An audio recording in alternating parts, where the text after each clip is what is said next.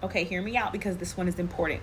If you can get a man to be vulnerable with you, to express a trauma, something that hurts them, something that they're going through, an insecurity, if you can get a man to do that, under no circumstances, under no circumstances do you take that vulnerability or that insecurity and you throw that in that man's face when you're mad. Whether it's a fight, a disagreement, whether you're trying to prove a point and prove that you're right, you do not throw that in that man's face, because I can tell you this, you will never get the same version of that man again.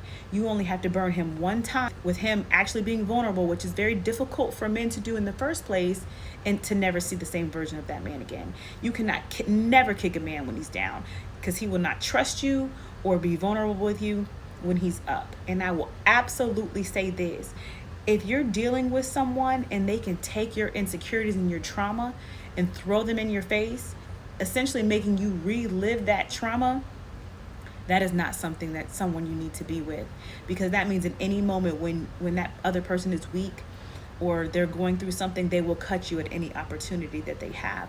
Words are powerful. Words are long lasting. The tongue is one of the most powerful things that there is in this world. You cannot drop a plate on the ground, shatter it to pieces, tell it you're sorry, and expect it to go back together again.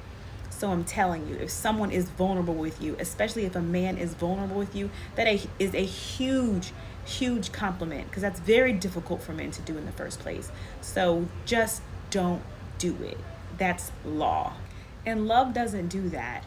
When you love someone, you can have the power to destroy them, but you don't. So the biggest flex is not taking something that hurt somebody that you claim that you love and throwing that in their face. How can you love someone if you intentionally try to hurt them? Now, sometimes we say things we don't mean, but to intentionally cause somebody to suffer, that's not love.